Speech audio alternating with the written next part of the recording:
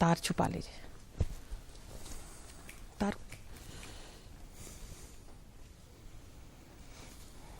ऐसे।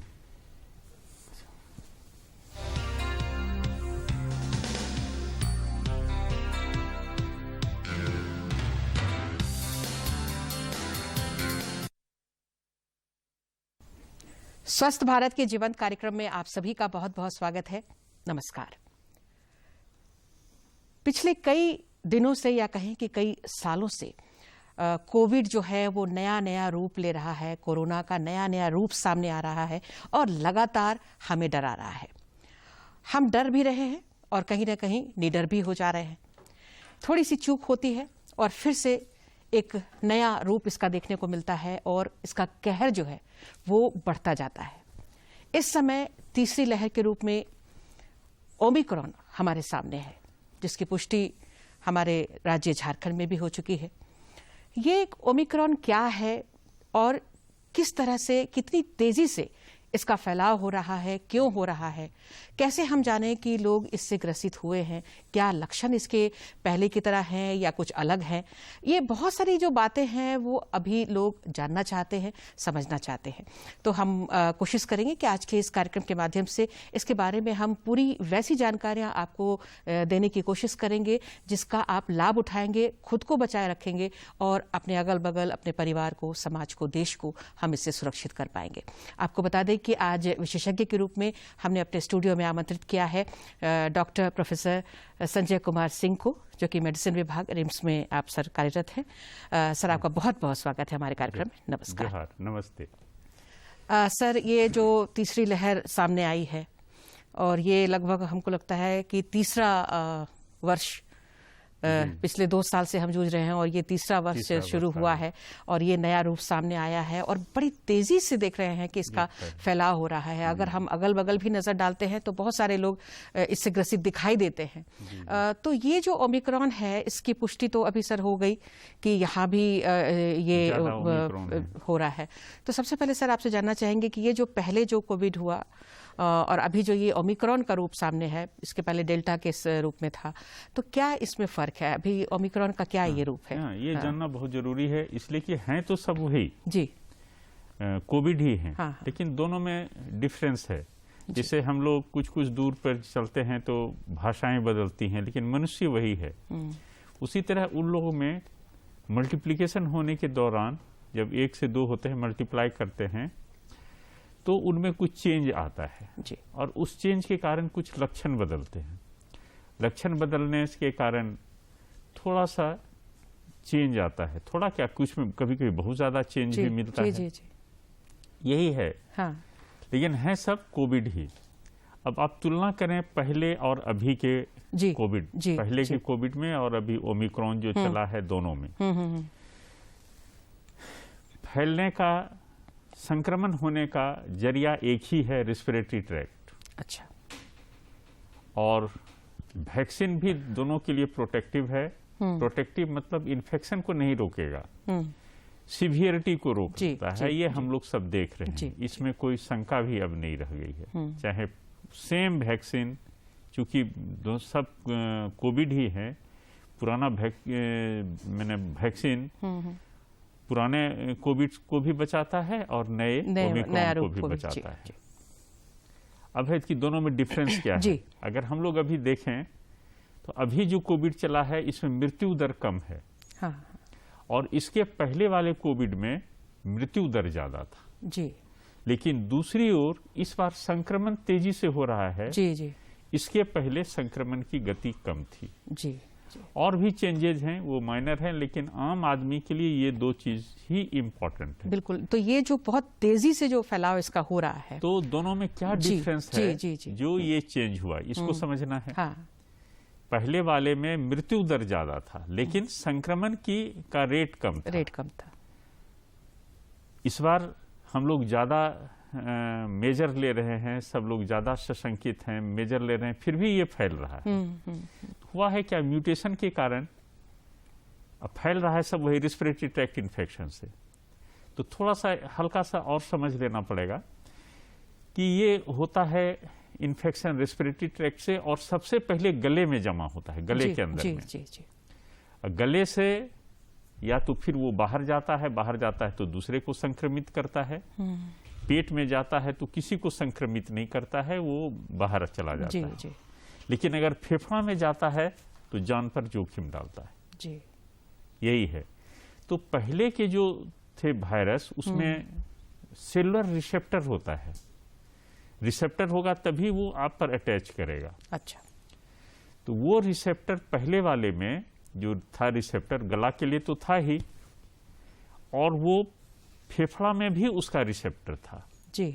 तो गला से सांस लेते समय जब अगर वो फेफड़ा में जाता था तो फेफड़े में चला जाता था, और अगर फेफड़े में उसकी संख्या ज्यादा होती थी तो इम्यून रिएक्शन उसके अगेंस्ट में ज्यादा होता था फेफड़े में, और पेशेंट का जीवन संकट में पड़ जाता था। और पैथोजेनेसिस उसी से शुरू होती थी, और सांस फूलना, फेफड़ा डैमेज होना, ये सब होता था और मृत्यु तक पहुंचा देता था। अभी जो चला हुआ है ओमिक्रॉन, हाँ। इसमें रिसेप्टर है जो गले के लिए ज्यादा है। अच्छा। रिसेप्टर का मैं नाम भूल रहा हूँ, 2 समथिंग करके है जी।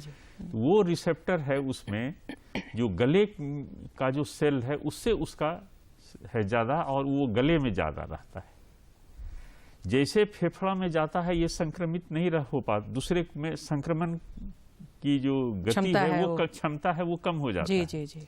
सबसे ज्यादा क्षमता है जब वो गले में है जी। इसलिए पहले वाले में क्या था कि गला से कुछ चला जाता था फेफड़ा में तो गले में संख्या कम होती थी, तो संक्रमण कम होता था। हाँ।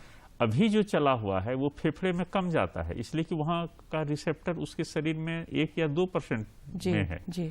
अधिकतर में है वो सिर्फ गला वाला है। तो गला वाला रिसेप्टर रहने के कारण वो गले में ज्यादा रहता है, तो फेफड़ा में जा नहीं पाता है। फेफड़ा में नहीं जाता है तो मृत्यु दर कम है, सिर्फ 1 या 2% में है कि फेफड़ा वाला भी रिसेप्टर है इस ओमिक्रॉन में, तो वो करता है। लेकिन गले में रहने के कारण ये गले में ज्यादा रहता है, गले में ज्यादा रहता है तो ये दूसरे को ज्यादा फैलाता है। जब खांसते हैं तो गले से वो जाता है हवा में, हवा से फिर दूसरे को संक्रमित करता है, और दूसरे को इसलिए तेजी से करता है कि वो किसी के गला में पहुंचते ही वहां पर वो चिपक जाता है, उसका रिसेप्टर है वहां पर, वहां को अटैच कर जाता है। इसलिए आदमी जल्दी संक्रमित हो जाते हैं जी। इसलिए अभी ज्यादा जरूरी है, मास्क पहले भी जरूरी था लेकिन अभी और ज्यादा जरूरी है जब से ये चला है, ओमिक्रॉन जब से आया है। पहले हम लोग कहते थे कि जहां भीड़ हो वहां पहने, अभी नहीं, भीड़ है चाहे नहीं है, घर से बाहर हैं तो ये जरूर पहने। और जो अफेक्टेड हैं, पहले हम लोग कहते थे मास्क पहने, अभी कहते हैं ट्रिपल लेयर मास्क पहने। अच्छा। और ऐसा करने से सचमुच में देखा गया है कि संक्रमण कम हुआ है जी।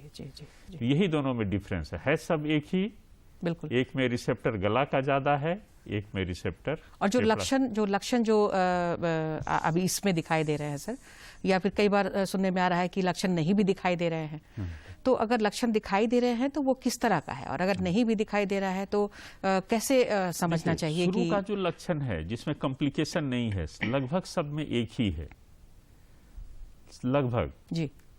जो भी फ्लू है, ये एक तरह का फ्लू है, फ्लू में देह हाथ में दर्द सबसे बड़ा लक्षण है।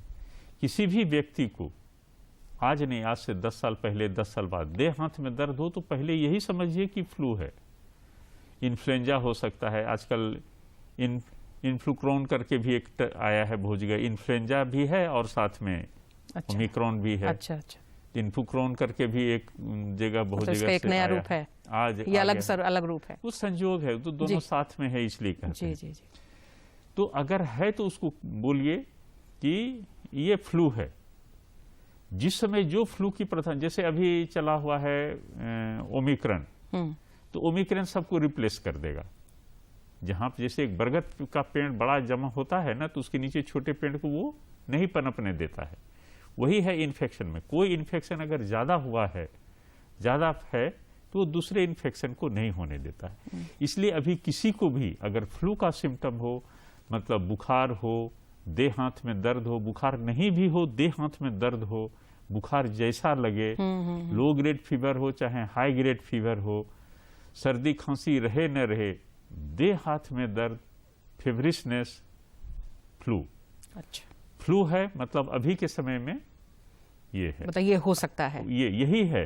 अच्छा। ये नहीं है तब हम लोग सोचेंगे कि इन्फ्लुएंजा है या और कोई चीज। अच्छा, मतलब ज्यादातर लोगों में अभी इसी तरह के लक्षण दिखाई दे रहे हैं और लोग पॉजिटिव भी निकल रहे हैं। जी। और टेस्ट की प्रक्रिया भी इसमें वही है, सेम है।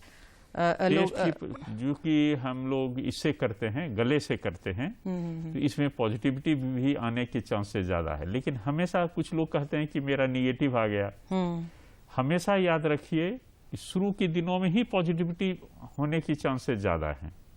जैसे जैसे टाइम जाएगा कम होते जाएगा। 7 डेज के बाद रेयरली आएगा पॉजिटिव। अच्छा। 7 डेज के बाद अपने आप बैक्टीरियल वायरल एक्टिविटी कम होने लगती है। इनिशियली 2 डेज में कराइए तो बहुत अच्छी बात है, और आजकल घबराने की बात नहीं है, इसलिए कि ओमिक्रॉन आया है। हॉस्पिटलाइजेशन रेट बहुत ही कम है। रिम्स में नया कोविड वार्ड बना था, पिछले बार भर गया था, इस बार खाली पड़ा है, इसलिए कि वैसा नहीं आ रहा है पेशेंट की जिसको कि मतलब होम आइसोलेशन में ही लोग ठीक हो रहे हैं। ऑक्सीजन की कमी, हाँ, घर में ही सबका ठीक हो जा रहे हैं। इसलिए इस बार घबराना नहीं है।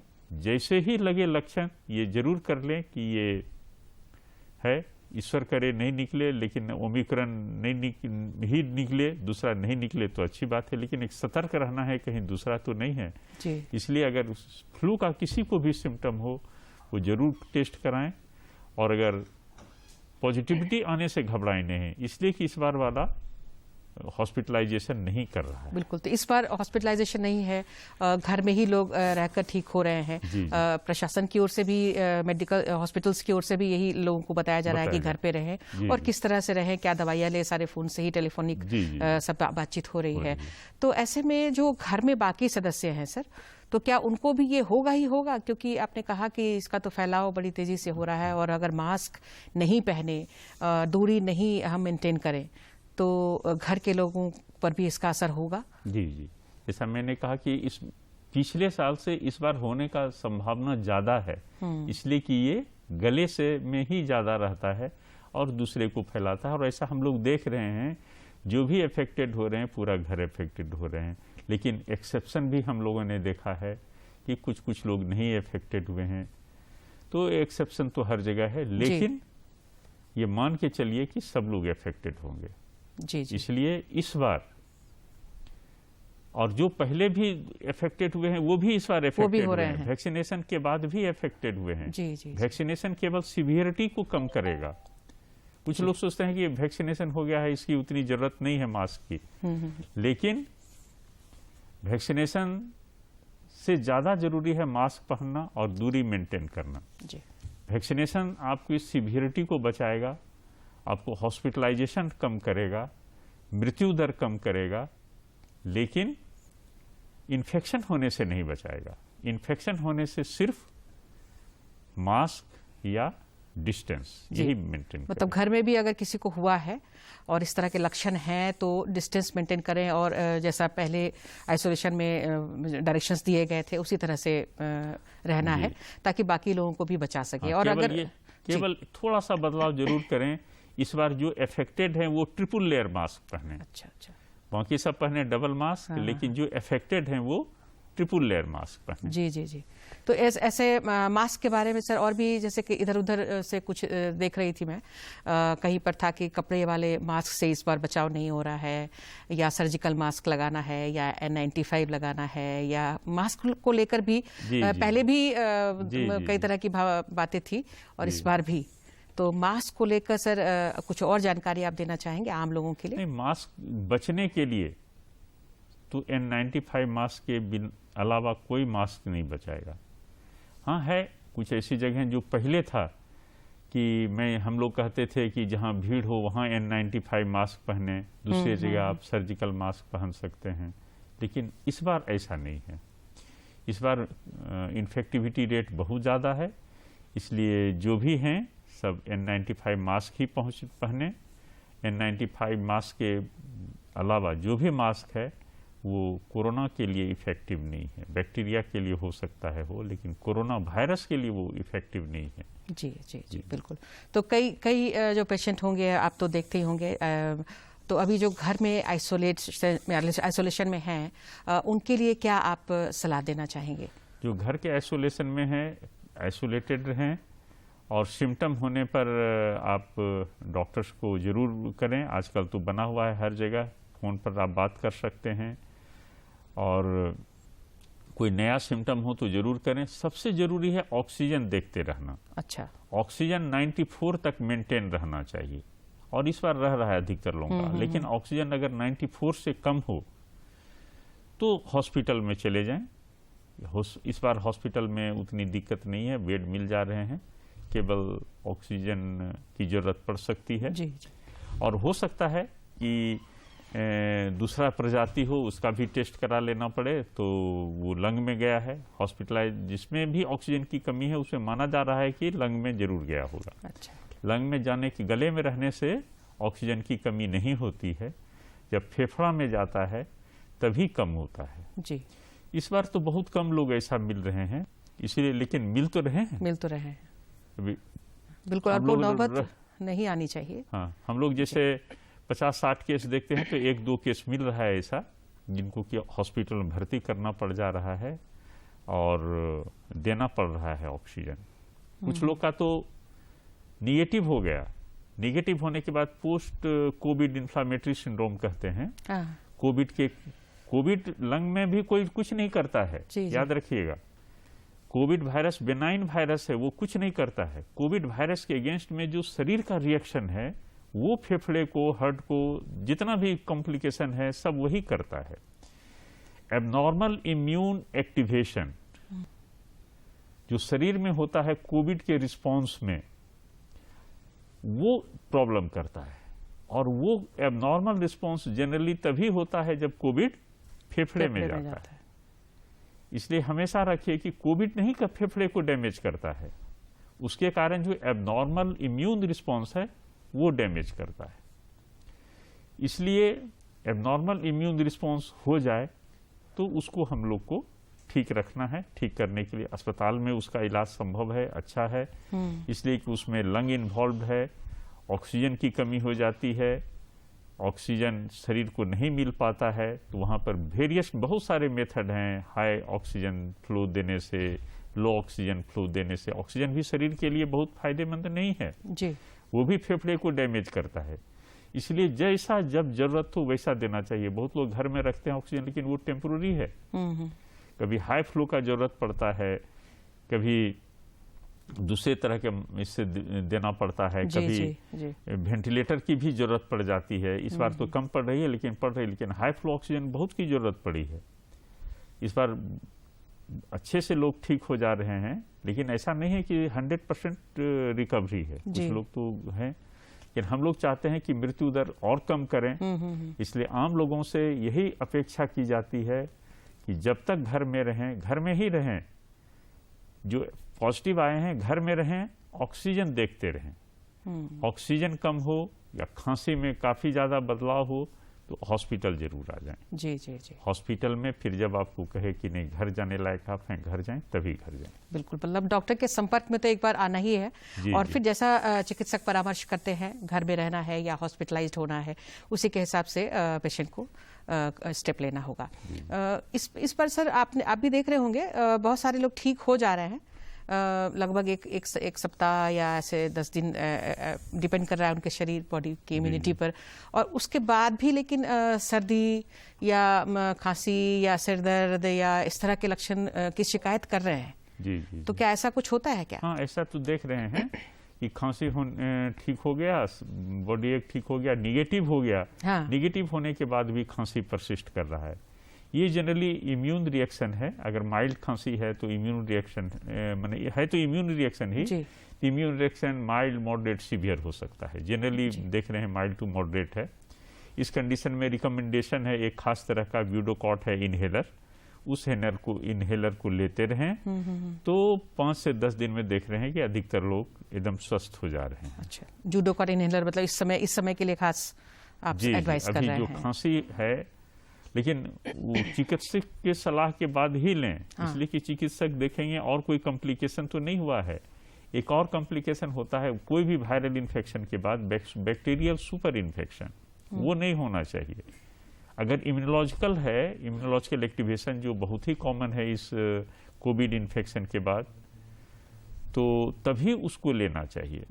इसलिए अगर खांसी हो तो चिंता की बात नहीं है, ये होता है इम्यून एक्टिवेशन के कारण।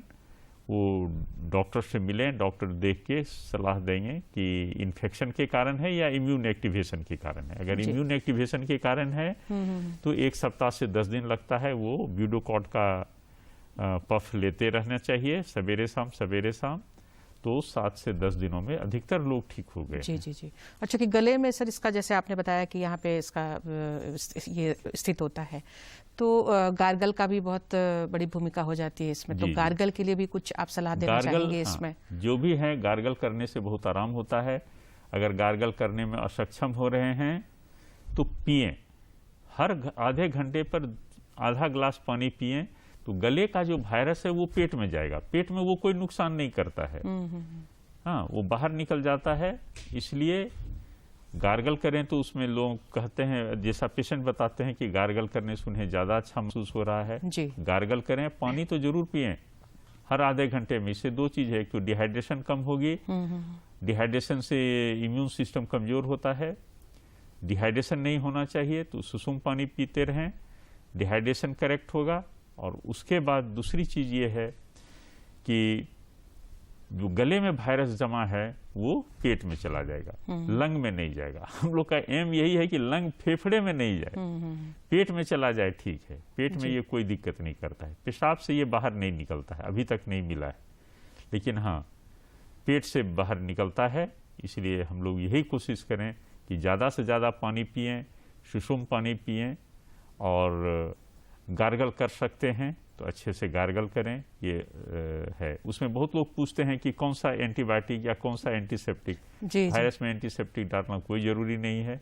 हम लोग का एम वायरस को मारना नहीं है, हम लोग का है कि उसको गले से डिस्प्लेस करके पेट में लाना या बाहर कर देना। जी। जैसे हम लोग खांसेंगे तो वो हवा में जाएगा, लेकिन अगर गार्गल करेंगे तो वो बाहर होके बाहर चला जाएगा, हवा में नहीं जाएगा। इसलिए या तो गार्गल करके उसे बाहर निकालें या पानी पी के उसे पेट से बाहर निकालें। बिल्कुल। मतलब किसी भी हाल में वायरस को जो है वो गले से डिस्प्लेस करना है, और उसको मारने का कोई हमारे पास कुछ है भी नहीं, न दवा है न इसका इलाज है। जो भी दवाइयाँ आई हैं कोई भी बहुत परफेक्ट नहीं है अभी यहाँ पर, उसे कोई सटीक दवा तो इसके लिए नहीं है अभी तक है जी। वो हॉस्पिटलाइजेशन को कम करता है, याद रखिएगा। उसका जहां भी दिया है मेनू भी करके आया है, वो हॉस्पिटलाइजेशन को कम करता है, ये नहीं कि क्योर करता है जी। हॉस्पिटलाइजेशन कम करता है, 30% हॉस्पिटलाइजेशन कम करता है, लेकिन ये नहीं कि आपका क्योर करेगा। इसलिए हमेशा याद रखिए, क्योर नहीं करेगा, हॉस्पिटलाइजेशन कम करेगा। और आप गार्गल करें, सुसुम पानी पिएं, गले से हटा दें कि गले से ही हम लोग जब सांस लेते हैं तो गला होके वो फेफड़ा में जाता है, तो हम लोग को डर है कि सांस लेते समय वो गले से फेफड़ा में नहीं जाए, इसलिए पानी पी के उसे पेट में कर दें तो गले में कम जाएगा। गले में नहीं जाएगा तो सीरियस रिएक्शन नहीं होगा, सिंपल वायरल इन्फेक्शन जैसा रह जाएगा। जी। एक सवाल और थोड़ा सा समय सर आपसे पूछना चाहेंगे, जैसे पिछले बार भी था कि अगर एक बार कोविड का पॉजिटिव हो गए तो फिर जो वैक्सीनेशन है उसको हमें रोकना है कुछ महीनों के लिए। तो इस बार भी जैसे बहुत लोग अभी सेकेंड डोज ले रहे हैं, या अभी बूस्टर डोज भी शुरू हो चुका है, बच्चों के लिए भी अब शुरू हो रहा है, तो वैसे में अगर इस समय ये ओमिक्रॉन से पॉजिटिव हो जाते हैं और किसी का वैक्सीनेशन अभी ड्यू है तो क्या करें? नहीं, जैसे वैक्सीनेशन ड्यू है और उसी समय आप इन्फेक्टेड हो गए जी, तो जिस दिन से निगेटिव होते हैं उसके 1 महीने के बाद ही लेना है। अच्छा जी, 1 महीने पहले मतलब या तो सेकेंड डोज बाकी है, या बूस्टर लेना है, इसी बीच में आपको इन्फेक्शन हो गया तो आप फिर टेस्ट कराइए 7 to 10 डेज के बाद जी। अगर निगेटिव आता है तो उसके 1 महीने, निगेटिव होने के 1 महीने के बाद वैक्सीन ले लें, कोई परेशानी नहीं। मतलब नेगेटिव होने के डेट से 1 महीने के बाद वैक्सीनेशन हम फिर से शुरू कर सकते हैं। जी। अब बहुत ही थोड़ा सा समय रह गया है सर। अब कल 26 जनवरी है, गणतंत्र दिवस है, उसकी भी शुभकामना हम देते हैं सभी को। और शादी ब्याह का भी मौसम शुरू हो चुका है, तो ऐसे में क्या सावधानी बरतें? तो चलते चलते एक छोटा सा संदेश आप देशवासियों के नाम कर दें। सारे देशवासियों से अपील है, कि घर से बाहर निकलते ही N95 मास्क पहने, दूसरा नहीं, N95 मास्क पहने और जो सोशल डिस्टेंस है उसको हमेशा मेंटेन करें।